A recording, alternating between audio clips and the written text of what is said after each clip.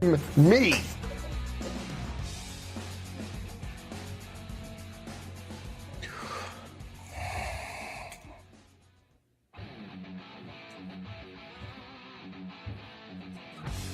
You're listening to Go for the two, Joe Lisi. Hi, Joe. This is Build Your Bankroll and Build Your Street Cred special diamond play catalytic converter, the whole kit and caboodle. I said it, not you. Me. Not him. Me. Gutless. They're going to run it, but guess what? They're going into a buzzsaw. Outright. I said it, not you. Me. Not him. Me. Oh, baby, we are less than 2 weeks away from the start of the college football season, the calm before the storm. There is nothing better. We're locked and loaded. Have a great show planned for you today. Hopefully, two great guests. First up at 8:30 p.m. Eastern Time, 2003 BCS Bowl MVP for the LSU Tigers, Justin Vincent, will be joining me. We'll talk about the situation between Jaden Daniels, DJ Pickett, that situation, and then obviously Lane Kiffin and the 8.5-9 win total for LSU this year. At the top of the hour, 9 o'clock, 8 p.m. Central, hopefully Timmy Brando will be joining us. The governor, Tim, dealing with some power outage potentially if he doesn't come on today. Hopefully he'll get him on later in the week. I'll be on Crossing Lines tomorrow with Jeff Nadeau and Donnie Rightside talking Sunbelt and SEC action. That's at 12:15. Carver and I at night will be doing a potential show. I don't know the time yet, but we'll be talking win totals at I think 9:30 tomorrow night. Got to be after the gym, maybe even a little bit later at 10 o'clock. So 12 days left. We'll break down all the win totals.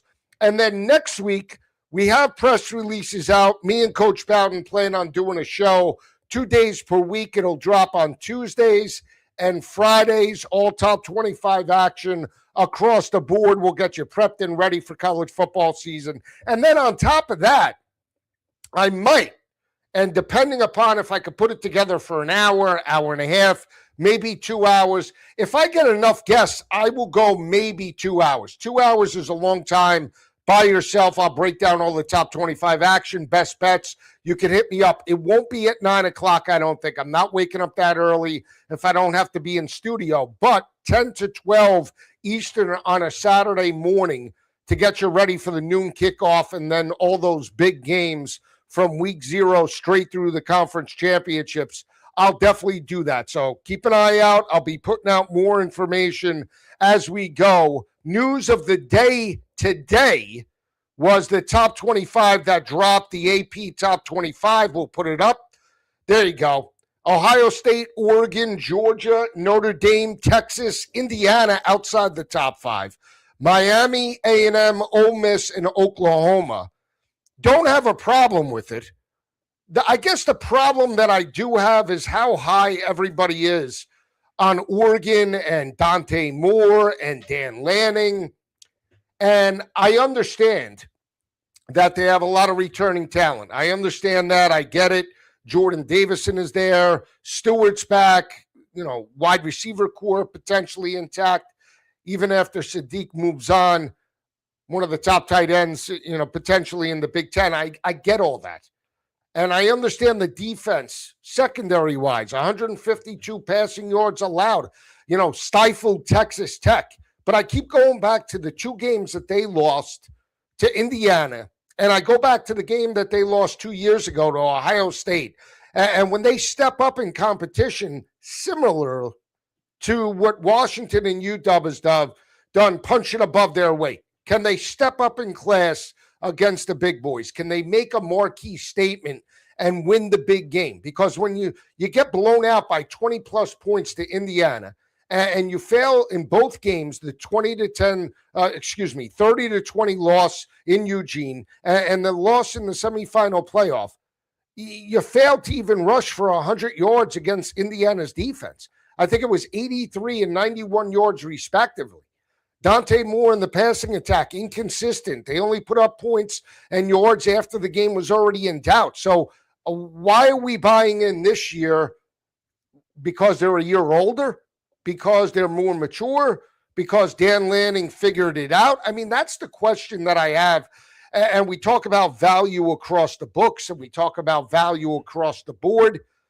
And when you look at Indiana and where they are, right, and where they are in the top 25, if this was Alabama or this was Georgia or this was Ohio State, they would be the team to beat in the conference or in the whole college football playoff to start year. All Nick Saban does is reload. All Ryan Day does is reload. I understand that. It's right. They have the top 5 talent, but we're not buying in to maybe the dynasty or the locomotive that potentially Kirk Cignetti has built in just 2 years in Bloomington. I think that's the question that we will see. When you look at Indiana, we'll break down the Big Ten, not extensively. I broke down the Big Ten. I got some really good numbers for each and every top, team. Illinois, we got Nebraska, USC, some intriguing numbers. We'll break it down, and then we'll talk hopefully with JV, LSU and the SEC, and then I'll be on for about an hour and a half with or without Timmy B. We'll see if he could join us. But when you look at these teams and you say, okay, big picture, which team is built for the long haul? Well, Ohio State. We know about Georgia. Notre Dame with the defense and how they ended last year. Texas, okay. They're there every year because of Arch Manning and because of Sark and because they played much better at the end of the regular season, and they were 7-1 down the stretch in their last 8 games, and Arch Manning figured it out, and yada, yada, yada. We get it. Indiana, though, to be behind Texas because Josh Hoover and maybe a bunch of nobodies, Turbo Rashard, and that team, right? That team in Indiana that, by the way, was plus 21 in turnover margin, had the number 1 third down offense in college football, converting 56% of their opportunities. Marsh is back. Marsh transfers in. Charlie Becker's back. One of the most reliable and big play wide receivers. Hunter Renfro-esque for Charlie Becker, right? So when you think about it and you think about big picture and you say, okay, odds and value, it's a little disrespectful to Indiana, but I get it, right? You're talking about a doormat losing program. Knocked off Ohio State for the first time last year in 31 tries or 32. They didn't win since 1988. They had a tie in 1990. I mean, unbelievable when you think about that. And what they were able to do, they knock off Ohio State as a 4.5-point dog. They dominate Oregon, smack them around, dominate Alabama, and then go toe-to-toe with maybe the best defense at the end of the regular season and at the end of the year in Miami and win that matchup 27-22. They just did what they had to do. But we will see. I will say this. We've seen some line movement in the week 1 matchups. Again, I really feel strong about some of the week 1 teams that we've seen. There's the win totals for this year that I'm on. People love them. People hate them. A lot of disrespect for, ASU and they hate Mikey Keene, the backup, and Cutter Boley, and Georgia Tech sucks.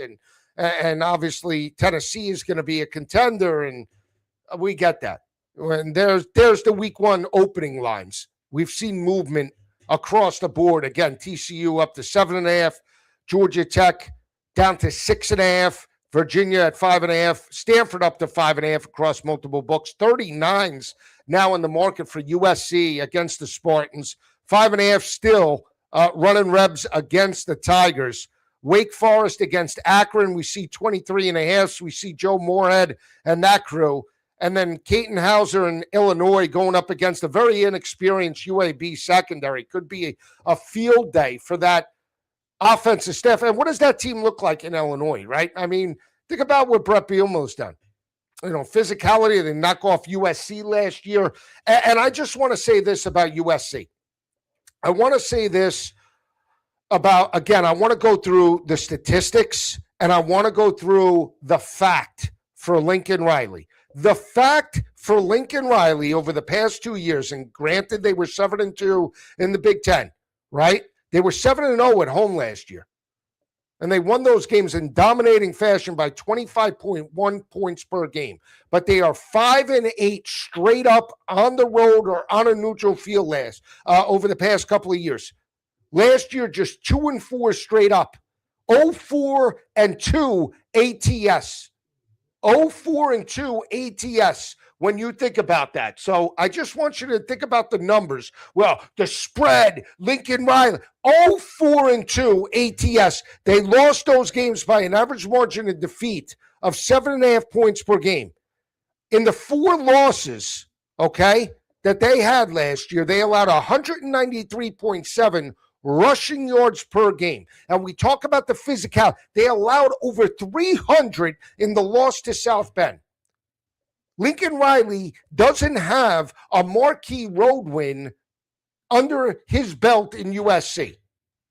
And that has been the problem when you look at big picture. And I want you to think about the road performances this year at Rutgers, at Penn State. People are writing that like that game in Happy Valley is a dead winner. No doubt about it. Double-digit win. Well, let me just tell you this. Matt Campbell, from his days at Iowa State and when Lincoln Riley was at Oklahoma, used to go toe-to-toe with less talent against Lincoln Riley when he was a 19.5 and a 14.5 and an 11.5 point favorite multiple times in Norman or in Ames. That's not going to be easy. You look at the road performances for USC this year at Penn State, at Wisconsin, at Indiana, at UCLA. And Chesney with UCLA is a blue-collar coach. It's no gimme. Indiana's in Bloomington, not going to be easy. They are going to punch you in the mouth no matter how good they are this year. So when we look big picture at Jaden Mayava and that USC offense and King Miller and that rushing attack that was close to 170 yards on the ground per game and the offensive line is intact, can the defensive line step up and not have road performances the way they did against a 12 o'clock kick in Champaign in the middle part of the season? And that'll make or break whether they get over this win total. That's the facts when we look at USC. When you look at Illinois, untypical for Brett Bielema, they averaged 138 only rushing yards per game last year. They stepped up. Their defense was very good in run support. One of the better defensive units in the Big Ten. They only allowed 126 yards on the ground. Secondary only gave up 218 in the back end. So when you look at this team, and you look, again, a very good home team in Champaign, 6-1 at home last year. They won those games by an average margin of victory against 5 FBS opponents. Keep in mind, when I break down the victories, if they beat an FCS opponent by 50, I take it out of the equation. They were 6-1 against FBS and FCS opponents, but they won the FBS games by an average margin of victory of 17.4 points per game. So a very good home team. Road performances this year. This will make or break Illinois. At Ohio State, at Northwestern, at Michigan State, down, right? At Maryland, a team that's fighting with Mike Locksley and Malik Washington. At UCLA, winnable though. Outside the Ohio State game, you can make the argument they can win all 4 of those games on the road. So that's a team that potentially could step up. Home games against Oregon, Nebraska, and Iowa. Oregon will be difficult, but Nebraska and Iowa, again, this team could be an 8-9 win football team yet again with Caton Hauser at the helm. We have to see how this passing attack looks. Nebraska, I told you, they're one of the teams that I'm on their win total. I believe, what's up, Chris? How are you, brother? I believe in Nebraska. I believe that Anthony Calandri is a much better quarterback than Dylan Raiola. And I just want to, Dylan Raiola, 2,000 passing yards last year, 18 touchdowns, 6 interceptions. This is what we're getting upset about, moving on to Oregon. This guy was a 5-star. He was in Georgia, was supposed to be the second coming of Justin Fields and all the great athletic quarterbacks. Give me a break. And again, I understand Calandria is short. He doesn't come with a world of talent. He's not going to wow you with his arm, but I think he's a smart quarterback. I think he'll play within the scheme, and I think Nebraska will be much better. Now, front seven needs to get better for Matt Rule. That's the one thing 2 years ago when he took over 3 years ago, they were giving up almost 190 yards on the ground. Last year, $175. It was a tale of basically two halves of the season. They dealt with some injuries. First 8 games of the regular season, right? First 8 games, I got people hit me up on Twitter. This team only allowed 156 yards on the ground. They were 6-2 straight up.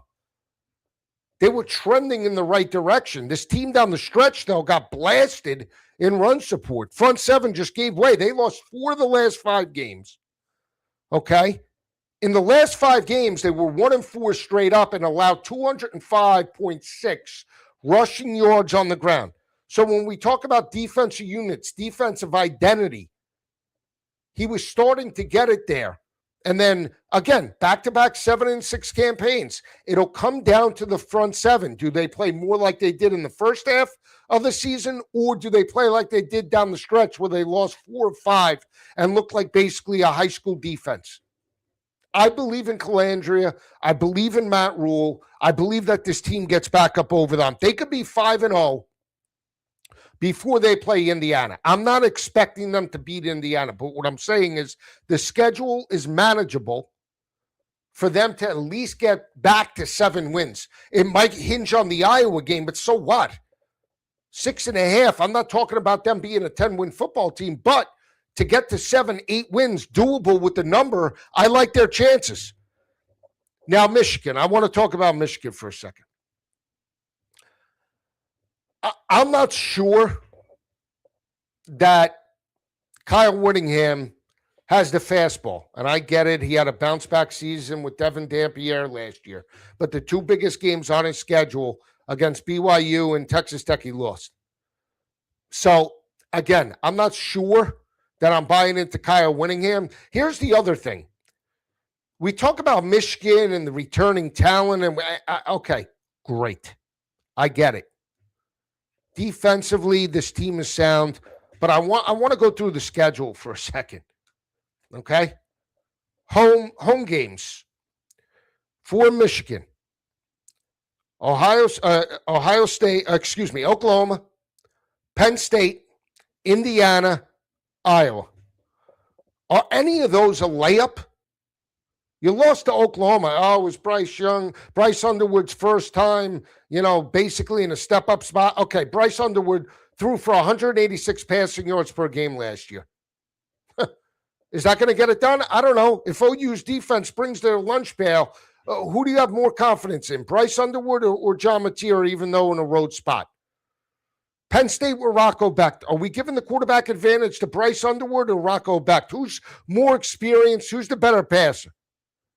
Josh Hoover in Indiana. Now, here's the thing, right? I love this. Hecklinski, right? Jeremy Hecklinski. We're making him out to be Chuck Long in Iowa City. 5 touchdown passes with the kids game over the weekend, right? And Brown, all of a sudden, Hank Brown, an afterthought. Which is more like a quarterback for Iowa, Hank Brown or Hecklinski, right? The reason why I say that is Brown completed 52% of his passes, a la Deacon Hill, 9-21 on the road back in Nebraska for 85 yards, and they won the game 13-10. I mean, that's what Ferentz wants with Tim Lester. I mean, let's talk about it. But here's the thing. So Michigan won when they ran the football. They didn't run the football against USC. They got smacked. They didn't run the football consistently against Oklahoma and Norman. They lost the game and didn't cover.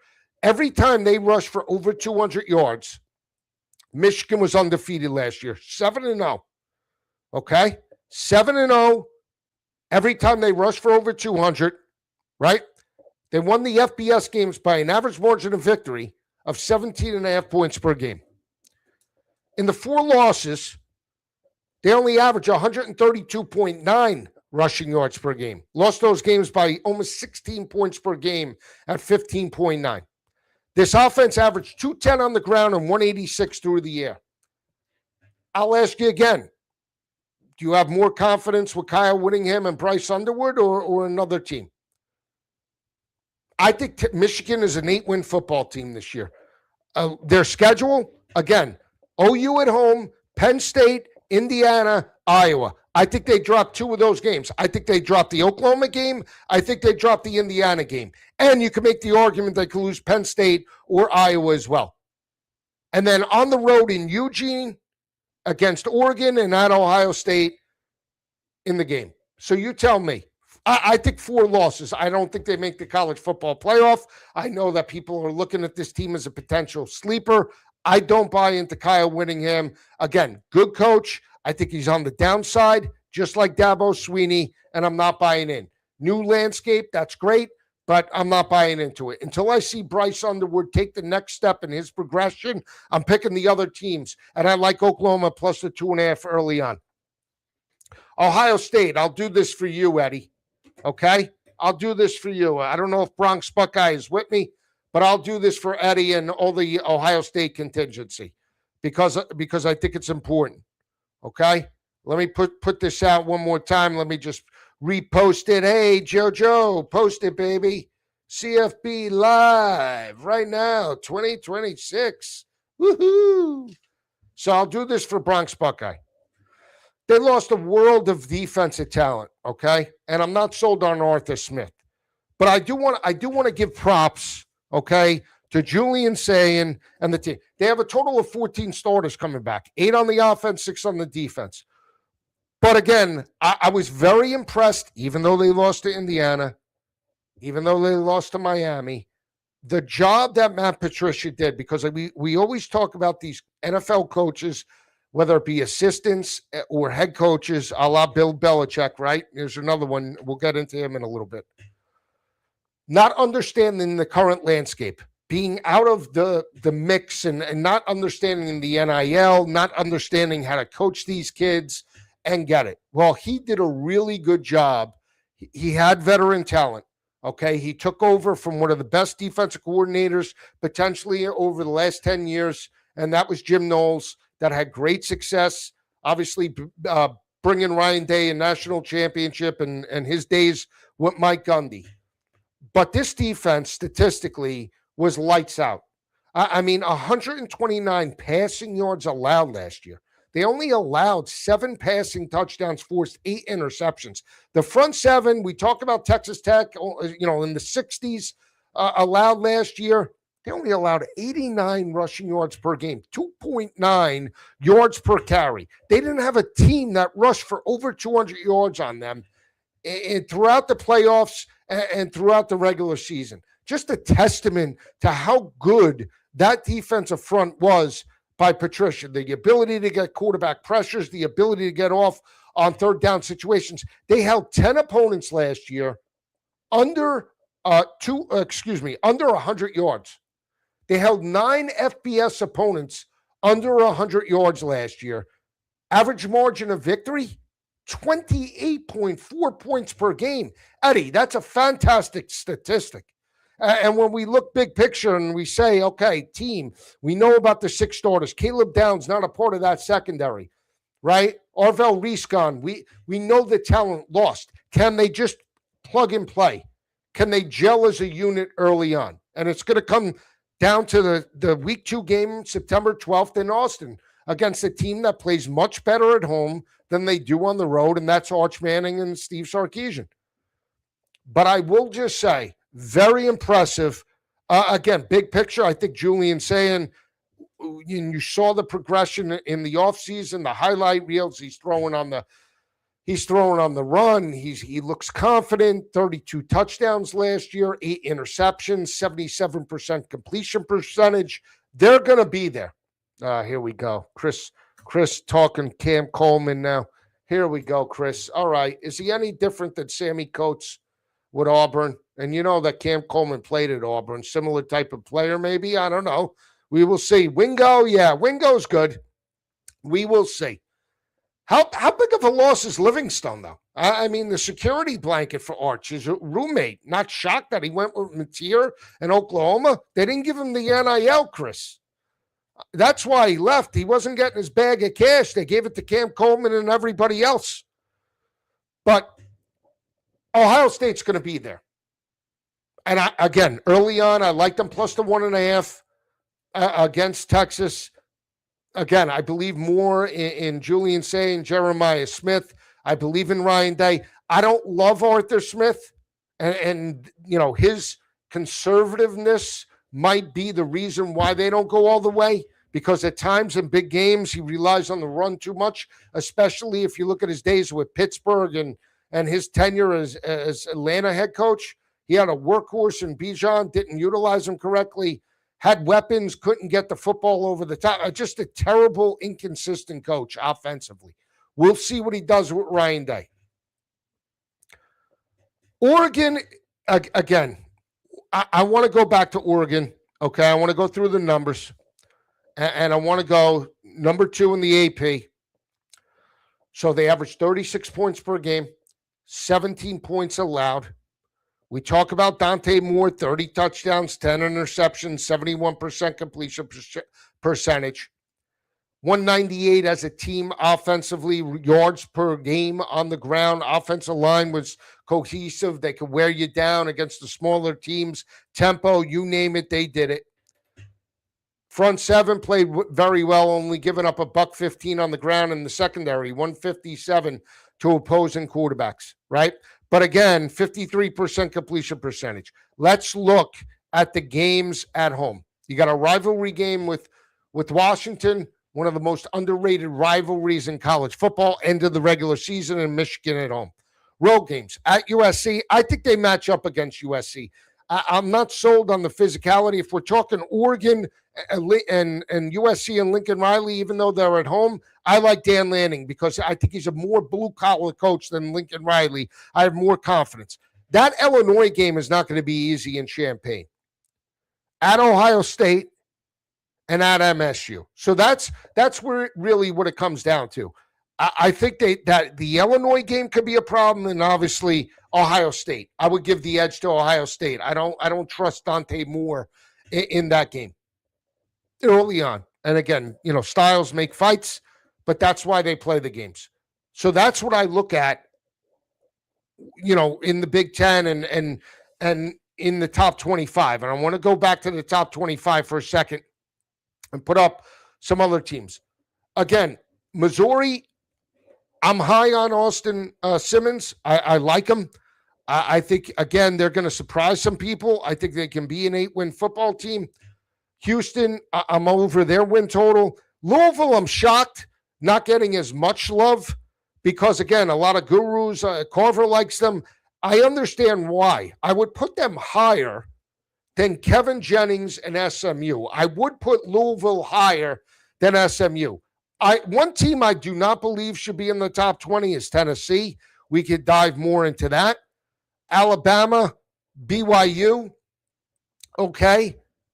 LSU, we'll get Justin Vincent's take in a little bit. Michigan, I would put Michigan probably where Iowa is at 22. I think they're a little bit higher. Penn State, I think, is fair with Matt Campbell and Rocco Becht. And LSU at 11 is where we'll dive in once Justin comes in just a little bit. But a lot to talk about because you know how I feel about LSU. You know how I feel about Lane Kiffin. I think he's the right guy for the job. I think this team has a world of talent. I just think that, again, can they put it together early on and gel as a unit, not offensively. We have no problems offensively. It's the defense, and that's where I'll bring in our next guest, 2003 BCS Bowl MVP. He's a friend of the show. I love his insights. He gives it to me straight. Let me bring in Justin Vincent right now to the show. Justin, always a pleasure. Thanks for joining me today. Oh, man, glad to be here. So I was just getting into the top 25, and you know how I feel about the Tigers, right? With Lane and Sam Levitt and all the offensive talent that we possess. I guess the questions early on are the defense. And it's not because we don't possess talent. It's can the talent gel early on to where this team could be a contender down the road? Just early thoughts about where this team is entering fall camp and what your thoughts are for the Tigers in year one with Kiffin. You know, I was listening to the show just a little bit before I got in, and I'm totally the opposite of you, right? Okay. You're saying you have no worries about the offense. I wouldn't be as optimistic as I am if we'd have got rid of Blake Baker and had to start from scratch. Okay. Right. So retaining Corey, getting those key transfers in certain positions, getting some more depth at defensive line. Some of the young cats that we brought in early are going to be in the rotation. Hell, some of them may even start. Offensively, there's so many different wide receivers, whether it's Jace Brown, Winnie Watkins, some of those guys. If you can get them to buy in with Charlie Weiss Jr. selling and also with Lane selling offensively, I think, the sky's the limit because the talent and the speed's there. You just hope that they can put it together early on and maybe get out the kinks, maybe in the first series and then get to rolling after that. But I think the defense will hold their own. Well, that's where I want to start. I guess the concern for me is, and I understand Blake has done a fantastic job throughout his career, right? Body of work. They kept him, they retained him. I guess when I look at the defense, just overall, the concern that I have is not per se talent-wise. It's in the big games. Go back, 2 years ago, they get, mobile quarterbacks, Jalen Milroe, Lenora Sellers, and Williams Bryce 2 years ago, right? Mm-hmm. And then fast forward to last year, Marcel Reed on the ground, the game in Oxford when they have to get off the field, Chambliss is making plays with his legs. Yeah. Even though they have talent, sometimes I just feel like a mobile quarterback abuses them, and that's the one. I guess that's why I'm hesitant to buy in. Like, I don't feel like it's the Glenn Dorsey, Patrick Peterson type of defenses or even Honey Badger that we've seen during your tenure, in Baton Rouge. Yeah, I think, with the additions of Daughtry, playing side by side with 40, and then you got, DJ Pickett and Ty Benefield, who is every bit of a man up close and personal. I mean, I play with LaRon Landry, and he looks the part, flies around, does everything that he's asked to do. But, the lack of us being able to keep our offense on the field the last couple of years, and we're three and out.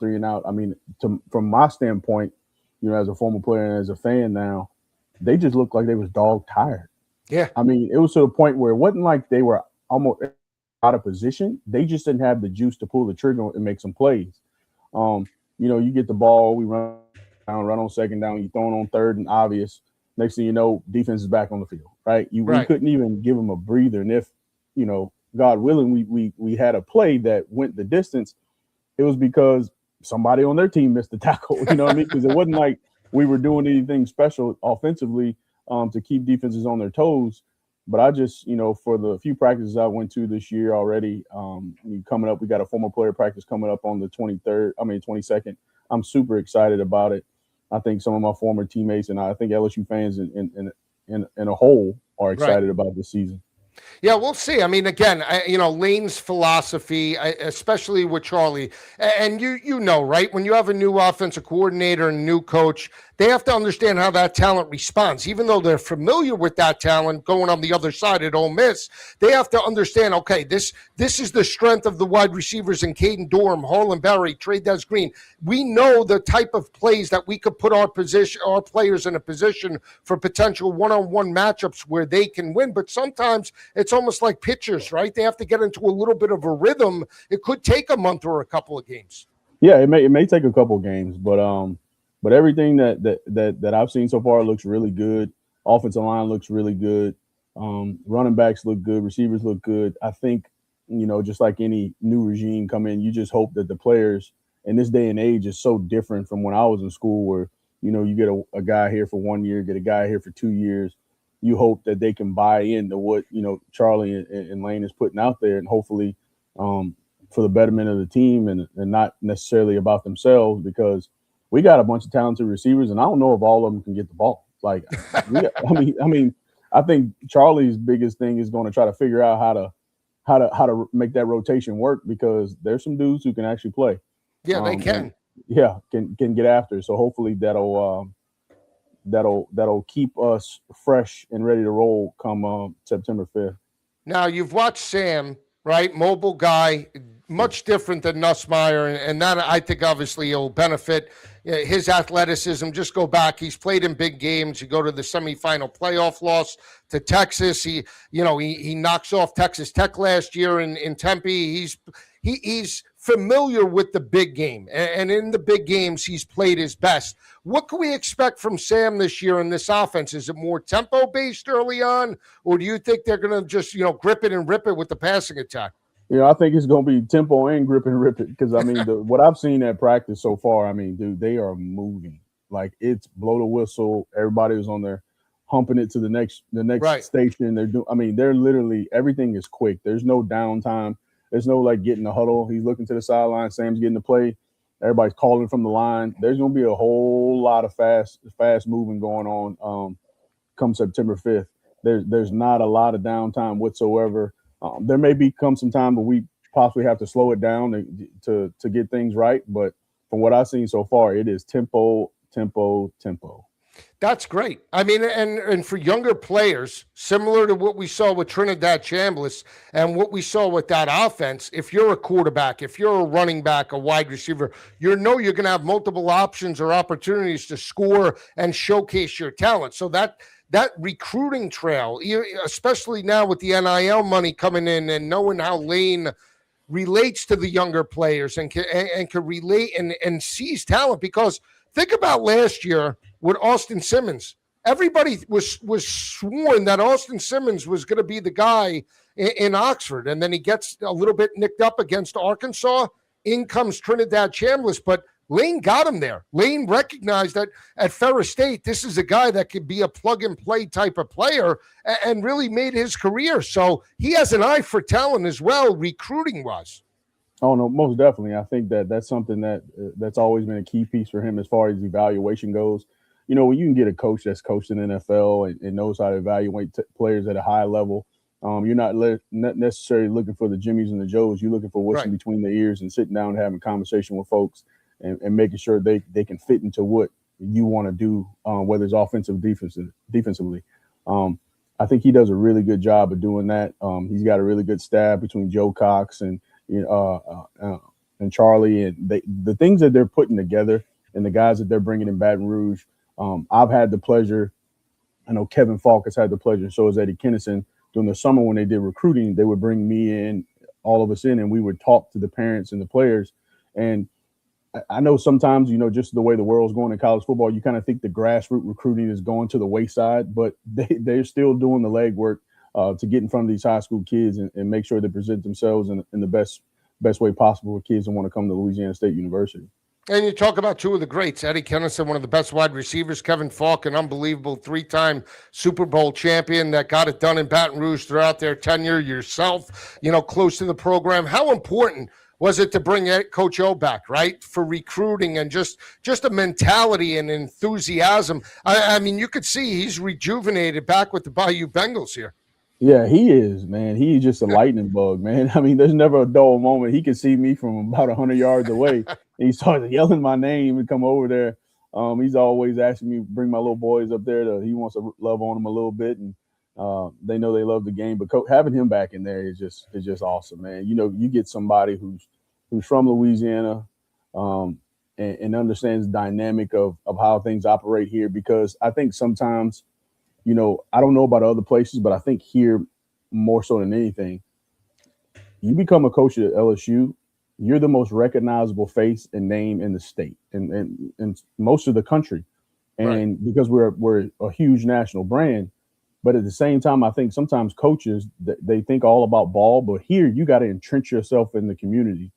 Because unless you plan on staying home for the time that you're here as a head coach, it's not going to work out for you because you're going to have to shake hands and kiss babies. And that's right up Coach's alley. Lane isn't too, he's kind of shy and he doesn't get down like that. But I think that Coach O will substitute in and handle all that for him. Yeah, Lane's too busy taking hot yoga in the morning, right? Yeah. He likes those workouts. Realistically, Is 9-3, 10-2? Is that where we're looking at? Anything less than that would, I don't want to say disappointment because it is year one, but my point is 9-3, 10-2, knock off Alabama. Is that where we're looking at in year one? Yeah, for Whitley? me it is. For me, most definitely. I mean, I'm looking at 10-2 all day, 7 days a week and twice on Sunday. Just looking at our schedule and looking what we bring to the table. I think we're gonna have a chance maybe to do a little better than that. Hopefully, fingers crossed. But I think 10-2 is where you would want to be at the end of the year. Most definitely, you have yourself an opportunity to go to college football playoff. Do you think when you look at the SEC not winning a championship in 3 years, and you hear that the Big Ten is now the best conference with Michigan and Ohio State and Indiana, is the SEC still the best conference in your opinion, top to bottom, athletically and talent wise? Yeah, most definitely until proven otherwise. Obviously, having Indiana win last year and the year before that, SEC team's not in there. I think people get kind of, what have you done for me lately syndrome and don't realize that we still hold the belt. Like, regardless of how you feel and what's going on, until proven otherwise, until you start stacking them up year after year after year, it is what it is. Like, I mean, you hate to say it that way, but I mean, the proof is in the pudding. Right. A couple of things. So the game against Ole Miss in Oxford, September 19th. I mean, the LSU contingency are going to travel. You know that. I mean, that game is circled for multiple reasons. Talk to me about that rivalry now that we knew it was a rivalry, but now this is taken front and center stage, Justin, that now this is the game that everybody wants to see now, week number 3. Oh, no doubt. I mean, people are chomping at the bit. We got Clemson coming to town. We got Texas coming to town. All you hear about is Oxford. I mean, it's wild, with the thing between, Ole Miss and LSU with Lane. We already had quite a bit of a rivalry. I get tickled every time I go to that stadium, which isn't a lot, and I'm not going this year. But to look up in their what you call their South End zone and see 2003 Western Division champions, I was like, I didn't even know you celebrated that. Plus, in their eyes, it was a tie. It wasn't even like, because that was a year we won it all. Right. So I'm not quite sure where they get that from, but people down there have always been, I want to say kind of nose in the air to everything you hear in Baton Rouge and, with the Magnolia Bowl trophy and all this good stuff. But, none of everybody that's doing all that talking and playing between the lines. So, I think it'll be two good teams going head to head. The team across the street will be a little bit more salt in the wound than normal, but I think it'll be a good matchup. Yeah, we'll see how that game plays out. Week number 3. Last thing, Jaden Daniels, he had come out with the situation with DJ Pickett with the number 5, said he just wants to concentrate on the Commander season. Thoughts about that as a former player? I don't have too much. I just know the rules and what we have in place. LSU retires jerseys. We don't retire numbers. Now, nobody's worn 9 because nobody's asked for 9. Right. You know what I mean? So there's only one number retired, and that's Billy Cannon. In 2007, when they came out that new legislator for our athletic department, we like this year at Texas game, we're retiring Burt Jones's jersey. You think that they're going to put 7 up in the up and not let anybody else wear them? No, right. That's what it is. And like Leonard said, nobody's bigger than the program. I for one love everything that Jaden brought to LSU. He made this place light up like a Christmas tree. But at the same time, you got to understand that it is about LSU. It is about not necessarily what you've done for our program, but what the program has done for you, right? But it would be an honor for me if a kid would call me and say, hey, could I wear number 25? Hey, could I wear number 5? Or I'm just calling to let you know I'm getting your number. I really appreciate it. Whatever it may be. But, I honestly don't think it was Jaden. But at the same time, that's neither here nor there. It's over with, and the memes are fruitful and plenty. But at the same time, it's about LSU. It's about Jaden and his Washington Commanders. Hopefully they have a really good year this year. Yeah, we'll see. Coming back from injury, he was battered last year with that offensive line. Justin, I love talking to you. Well, I'd love to get you on after the Clemson game, maybe before that game in Oxford. Week number 3, week number 2 is a huge slate of college football. There's nothing better. Great insight and info today. Definitely. I always appreciate you. Thank you.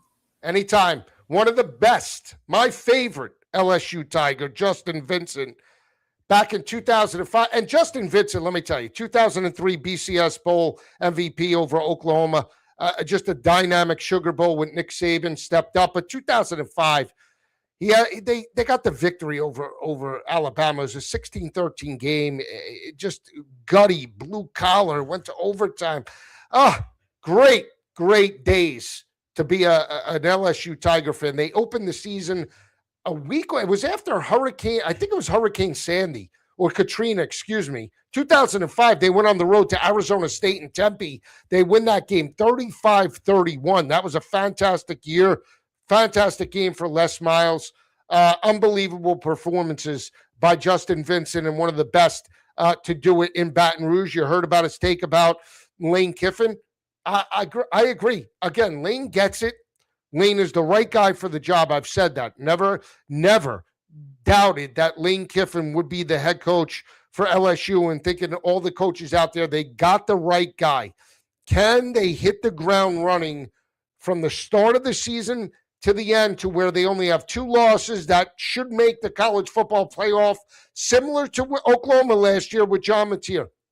You want to see the team progressively get better. A problem and an issue, and you heard him say tempo and the offensive line looks fantastic. That was a problem for them last year, even though Nussmeier was hurt. The offensive line was inconsistent. The running backs were good, but they just couldn't find daylight. They were in 2nd and 8, 3rd and 9 multiple times in big games. Put that offense at a disadvantage. Part of it was the play calling. I'm not going to deny that. But the other part was how bad the offensive line was, and put pressure across the board. Harlem Berry was a great addition to that team as a freshman. Caden Durham had some big performances. Douglas when he was in there. But again, in the big matchups, they could not run the football. The game against Vanderbilt, inconsistent, lost on the road. Game on the road in Oxford, blue collar game. They jump up early. They can't run the football consistently. That killed them last year. We'll see how they do in 2026. But you heard them. Tempo. We'll see if Timmy B joins us. It doesn't matter. I'm going to go with the top 25. Continue to rip some teams that were too high, too low. Texas A&M at number 8. Pretty intriguing, because I believe in Marcel Reed. I believe in Mario Craver. I believe in Reuben Owens. I believe in what Mike Elko did with that team last year. He did a great job. And again, number 1 statistical third down defense in college football last year. Held opposing offenses to only 23% on third downs. You go to I think it was the middle part of the year, and I was doing the stats, but if I could put it up, the middle part of the year, Texas A&M had held opposing offenses for a 6-game stretch to 14%. It was phenomenal, the type of productivity that they were getting from their front seven and their defensive unit as a whole. Look at this. Look at this performance in the middle part of the year. They started out, they give up 31% to Texas San Antonio. That was a game they didn't cover, 42-24. They step up against Utah State, an anemic offense. They hold the Aggies to 2 of 13 on third downs.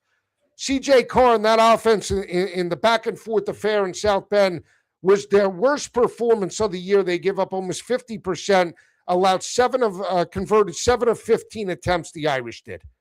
Then you go from the Irish game straight through, it looks like the LSU game. I want to go through this. They held Auburn 0 of 13 on third down conversions. Miss State, 1 of 10, 10%. Florida, 1 of 10, 10%.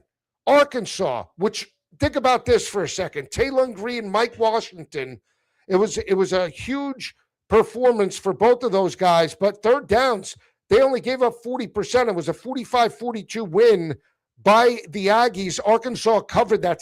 I think it was an 8.5-point number. LSU, they held Nussmeier and that team 2 of 12 on third down conversions. Sanford, 0 of 14 on third down conversion. Great efforts throughout the year for Texas A&M. And when you see them 8th overall and you see, do they have a shot? They do have a shot. Now, people won't believe in Marcel Reed as much as they'll buy into potentially Arch Manning. But Marcel Reed, 25 touchdowns, 12 interceptions, 62% completion percentage. He also added 493 yards on the ground and 6 rushing touchdowns. We talk about progression. We talk about physicality. They get Texas in their building at the end of the regular season. Could be a make it or break it game. And their defense fell off a cliff in the second half against Arch Manning. They had one busted play, and then the wheels fell off. And in the first half, Marcel Reed twisted his ankle. But if you're looking for a potential deep shot in the SEC, again, not given much respect because of the schedule by Texas A&M, they have a shot. And I think Elko has done a great job. Again, Missouri State to start the year. I don't think the Arizona State game is going to be easy. I keep saying that. People disagree. Kentucky, LSU, Arkansas, Missouri. They should be 5-1 after. I think the game is in Baton Rouge. That'll be the game I give them a loss on. But again, I think they can lose the Arizona State game. Whatever that line is, I'm intrigued with Cutter Boley and Arizona State. Arkansas, they should win. Citadel, then they go on the road to Tuscaloosa, Bama, South Carolina, Tennessee, Oklahoma, and then Texas. Again, they could be there. They could be a 9-win football team. I know, Chris, 41-40. I took A&M plus the 6.5. They won the game outright. I had them. I know. Big time win. Again, 8th overall in the AP. Who else do we disagree with in the AP this year? Let's see. SMU, I think, is a little high. I'm not sold on their secondary. I talked about it. Ole Miss, look, how much of that is Pete Golding? How much of that is Trinidad Chambliss? I don't buy into Ole Miss being 9th overall. I think Chambliss could be a Heisman Trophy contender. I don't know the team's going to be that good. I believe in Kewan Lacey. I want to see the team perform without Charlie Weiss calling plays. I'm worried about Texas Tech. Again, when we talk about Texas Tech, we talk about the prices, 20-1 to win a natty. BYU, the next best Big 12 team at 100-1. Big 12 not given any love in the odds by the sports books. Penn State, 18-1. Manageable schedule. Iowa. Just want to bring this up about Iowa. I talked about Hecklinski and his performance in the kids game for the hospital. They brought it out. It was a spring game. 2 starters back on the offensive line. They lost 4 games last year by 3.7 points per game. They were in every single game. They lost by 5 to Indiana. That was the game that Mendoza ran out of the end zone. They got the safety. Kamari Moulton is back, 5.1 yards per carry. But again, we know the offensive line is going to be there. Veteran secondary, very good in run support. You look at the schedule, at Michigan, at Washington, at Minnesota, at Northwestern, at Illinois, all winnable, and they were a 4-2 road team last year. They're home against Nebraska, the rivalry game, in Ohio State. And again, they're going to have to score more than 10 points to beat Ohio State in that game. They're going to need the quarterback to step up. Diddy, look at this, Chris. His daughter's boyfriend signed with SMU this year as a freshman. Congrats. Hope he can have his head on a swivel, pick up that rob. I'm just kidding. I know he's a linebacker. Well, let me tell you, front 7 for SMU is not the problem, Chris. The problem is the back end. They allowed 283 passing yards per game last year. In their 4 losses, they allowed 14 passing touchdowns, 2 interceptions, and they gave up 341 through the air to opposing quarterbacks. Not going to get it done. Big picture. I believe in Kevin Jennings. Rhett Lashley's done a fantastic job, but I can't buy into SMU big picture. I think the schedule is up against it. as well. The other team, again, if we're talking Heisman Trophy, and I might be asked this throughout the season early on, if I had to bet one guy to potentially win a Heisman Trophy, I think the best fit is Darian Mensah. I think I like his odds. But Gunnar Stockton, 18-1 in some books. Marcel Reed, 26-1 in multiple books. Team success. You know what I find interesting is that if you Dante Moore, everybody brings up. Is anybody talking about Josh Hoover? I'm just saying. And I just want to see, because Rocco Becht is 60-1, right? You talk about Indiana. If they're going to be there, what is Josh Hoover's number for the Heisman? Because, again, if it's a better fit for him, and we see Mensah at 10-1, now keep in mind Mensah was 20-1 about a month and a half ago. Hoover at 16-1. He's behind Jeremiah Smith, Chambliss, Sayin, Moore, Arch, CJ Carr. I mean, the list goes on and on.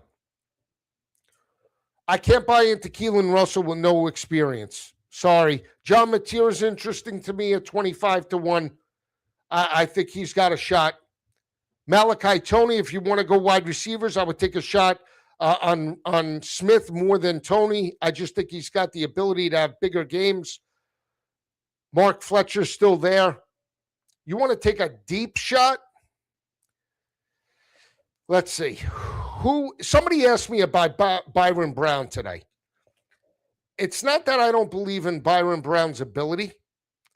It's, will the team success mimic Byron Brown's athleticism, mimic Byron Brown's versatility, mimic Byron Brown's, like if Byron Brown rushes for 100 yards and throws for 2,200 passing yards with 23 touchdowns, is that enough to get him the Heisman? I don't think so. And the team is 8-4. Not going to get it done. That's what you got to worry about. Oh, Bill Russo. Gunner is interesting, says Chris Ron. Chris, let me just say this, Chris. Okay, I know you're listening, and I know you respect the insight. He's on a winner. He steps up. Threw for 24 touchdowns, 5 interceptions last year. 73% completion percentage at home, 69% completion percentage on the road. I think his splits were, if I'm not mistaken, 13-4 at home and 12-3 on the road. So 24 touchdowns, 7 interceptions. Who, by the way, had similar stats? Oh, yeah, Arch Manning. I'm just saying. And guess who beat Arch Manning in 2 games? Well, not Arch. He beat Texas in 2 games. Once as a backup coming in for Carson Beck in the SEC championship game, and last year. They beat him by 25 points. That's why I like Gunnar Stockton. Again, he's not a household name, but he runs. He had 7 rushing touchdowns. He stepped up in big game performances. The kid's battle tested, and Georgia has the ability to pace opponents this year. And so, again, when we talk about the progression, and we talk about the Heisman Trophy, and we talk about value, okay, that's what we look at. And that's why I can't pay. So, Chris, I know you're a Texas fan. I know. You followed us with Carver and Lisi. I get it. But here's the problem, and you have to admit this, Chris. Look at the road performances by Arch last year. I keep going. He was a much better home quarterback. Texas was 6-0 at home last year. Average margin of victory, 24.8 points per game in Ralston. Okay? 4-3 on the road. And by the way, 4-3 on the road straight up. 2-5 against the number. Didn't cover against Ohio State. Didn't cover against Florida. Didn't cover against Georgia. Okay? All his dogs. Well, excuse me. Florida, they were 2.5-point favorites. Didn't cover against Miss State. Didn't cover against Kentucky. That's all on the road. 2-5 ATS on the road. Similar to Lincoln Riley. We talk about it. Lincoln Riley, right? 5-8 overall, 2-4 on the road last year. 0-4-2 against the number. You need better efforts. You need to close the gap. Can't happen. It just can't happen. So when you look big picture, let me just say this. I'm not buying into Kalen DeBoer. I know I heard this now too. People said that is Alabama flying under the radar? No, Alabama's not flying under the radar. I don't know how you could say that. We'll see. 2005 Texas with Vince Young. We'll see if they could do it. But I mean, come on, seriously, how is Alabama flying under the radar? They have the worst odds since like 2009 with Nick Saban at the helm. How are they flying under the radar? I mean, it's Alabama. Their win total is 8.5. People know and want to see Alabama. The two, I think, teams that people say value-wise, the two teams that, oh, this is great value, is Clemson and Alabama. Why? Because you're getting these teams at great value. No, you're not. They're there for potentially a reason. I keep saying that. Like, what has Kalen DeBoer done in Alabama that you say, okay, he's got the team going in the right direction? They're regressing. Their margin of defeat are starting to get worse. Is the team still have an identity? I talked about it with Coach Bowden. They look more like a Pac-12 team than they do an SEC caliber team. 3.7 yards per carry. That was with Caden Proctor, a number one draft pick, anchoring the offensive line. That was with Ty Simpson. Is David Hill going to be the answer? Jam Miller certainly wasn't the answer last year.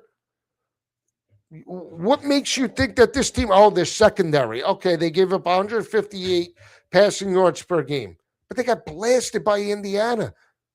They had games that front seven, week one, they lose 230 yards to Florida State.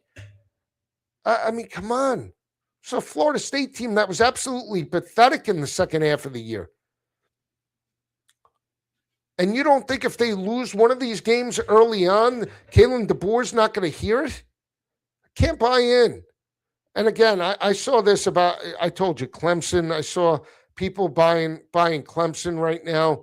I get it, 7.5 win total, but they're 250 to 1 to win a national championship. Think about that for a second. In the ACC, okay, you have Clemson at a 16 to 1 number. But to win a national championship, they are so far down that Clemson is 300 to 1 to win a national championship. So if they're going to win the ACC at 16 to 1 and you think that's good value, you don't think they're going to make the college football playoff? Well, the books certainly don't think so because they got Utah, Vanderbilt, Iowa, Louisville, South Carolina, SMU, BYU, Auburn, all ahead of them. Washington, Missouri, Penn State, Tennessee, Florida, Michigan. I mean, I could keep going on and on and on and on and on. So where's the value? Is the 16 to 1 number really that great to win the conference? I don't think so. This is, again, what we talk about, buying low, selling high. Buying low. I don't know. Georgia Tech is a buy low spot for me. Why? Because that train is in motion. They were a 9-4 football team. Is the coach progressing and sending his team in the right direction? I believe he is. Georgia Tech is on the upswing. Clemson's on the downswing. Clemson, again, hasn't shown me anything that leads me to believe they're going to get it right. And I said this before about Clemson. Their schedule is not easy. Their schedule is very difficult for Clemson this year. I just want to go through this again. LSU, Georgia Southern, North Carolina, Cal and Berkeley, Miami, Charleston Southern, Va-Tech, Florida State, Cuse, Georgia Tech, Duke, and South Carolina. There could be 4 or 5 losses on that schedule. I'm sorry. I just don't see it. Yeah, Chris, I understand I get they lost Haynes King. But let me ask you this. I like Louisville to a degree, Chris. I'll just say this. Georgia Tech, do you believe that Kia has the philosophy? Can Alberto Mendoza be 85% of the productivity of Haynes King? He can. Could Justice Haynes and can Malachi Hosley and that offense put up close to 200 yards on the ground? I think they can. They have 6 starters coming back on defense. So, I mean, do you believe in Brent Key? He's covered 3 straight against Kirby Smart in Georgia. He's pushed him to the limit in 2 games, actually 3 games. 3 years ago in Bobby Dodd, that game was a 12-point game. They were catching 23 and a half. I'm just saying, I like Georgia Tech. But to get back to your point with Louisville, I like Isaac Brown. I like the veteran offensive line. Secondary, Chris, one of the best in the ACC with Virginia. They were up there. They held opposing quarterbacks to 189 passing yards per game, 59% completion percentage. They only allowed 15 touchdowns, 14 interceptions. That carries well. I think the biggest thing when you look at Louisville, and a lot of people like them plus the 8.5 against Ole Miss. I'm not so sure about that, but let me just say this. The Lincoln Kleinholz could be the best quarterback that they have had over the past 3 years with Jeff Brom. Jack Plummer, Tyler Shuck, and Miller Moss, all backup has-beens. And it's not a knock, but let's call it what it is. Tyler Shuck went from Oregon to Texas Tech to Louisville. Okay? Miller Moss won 1 game 2 years ago against LSU, fell off a cliff. They ran him out of the Coliseum. Jack Plummer at Purdue was a pedestrian statue back there and threw for 23 touchdowns. My point is, Kleinholz, coming from Ohio State, has the ability to potentially put up the most passing touchdowns in the Jeff Brom offense that we've seen over the past 4 years. You're right, Jeff, but I just want to go. Miller Moss threw for 16 touchdowns last year. I think Tyler Shook threw for 21, and it was Jack Plummer 23, or it was reversed. But it's only 23 passing touchdowns in a Jeff Brom offense. Kleinholz has the potential to be the best fit. We'll see. We will see. Again, I'm going to say this, and I hope I don't upset Tennessee fans. But my best bet, and gamble at your own risk, my best bet for the college football season, total-wise, could be Tennessee under the 7.5 wins. I do not see this team getting to 8 wins. I do not see it. Again, now they're talking about McIntyre being the front runner for the job over Faison Brandon. Again, I keep saying this. Joey Aguilar, 66% completion percentage, 100 yards, 25 touchdowns, 9 interceptions. Quarterback wasn't the problem. Quarterback wasn't the problem. They averaged 292 through the air last year. With Deshaun Bishop, Star Jones, I just want to go through the schedule, Chris. I want you to hear this for a second, okay? Offense was not the problem in Knoxville. It was the defense. 2 years ago, when they lost to Ohio State, that front seven led by James Pierce held opposing offenses to a $102 on the ground, okay?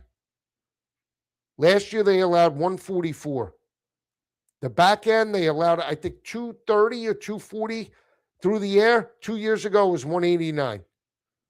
They got abused by multiple teams through the air, and they weren't physical at the point of attack. They have multiple injuries on the defensive side of the ball. Now let's go to the schedule. Road games at Texas A&M, at South Carolina, at Georgia Tech.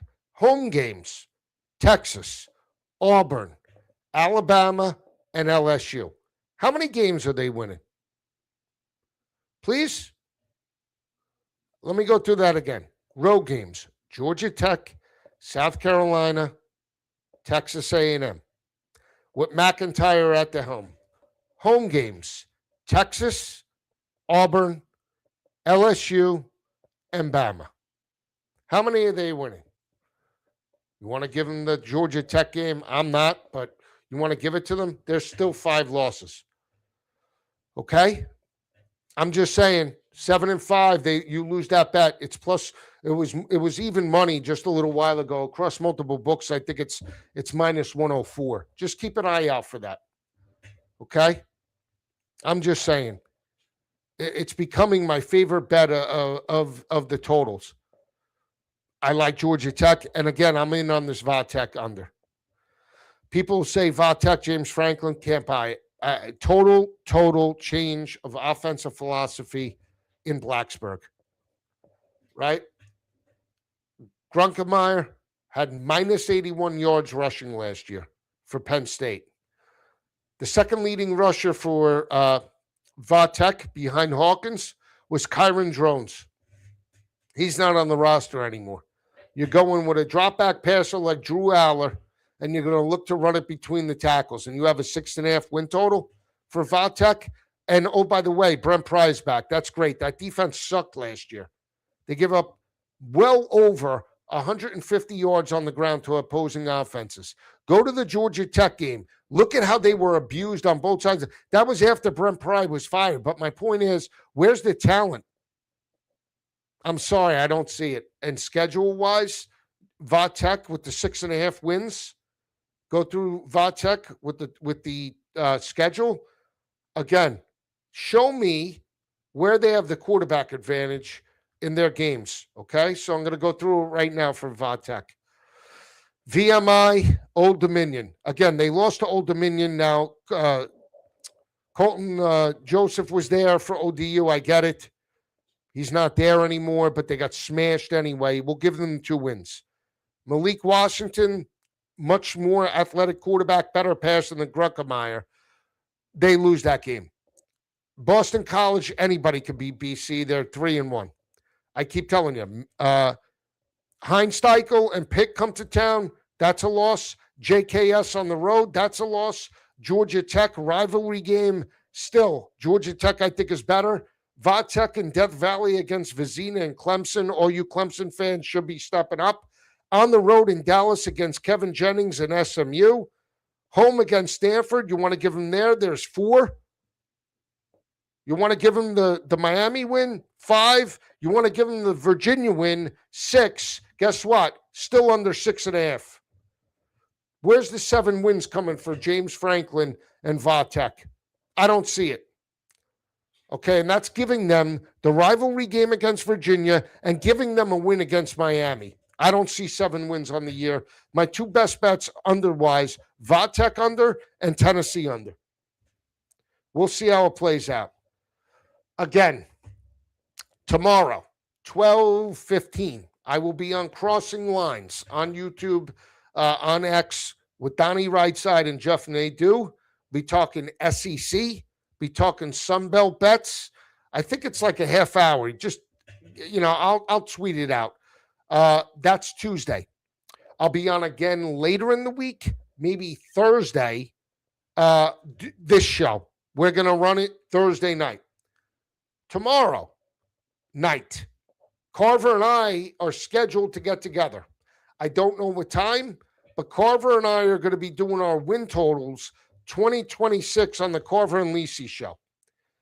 Next week, me and Coach Bowden start our podcast, okay?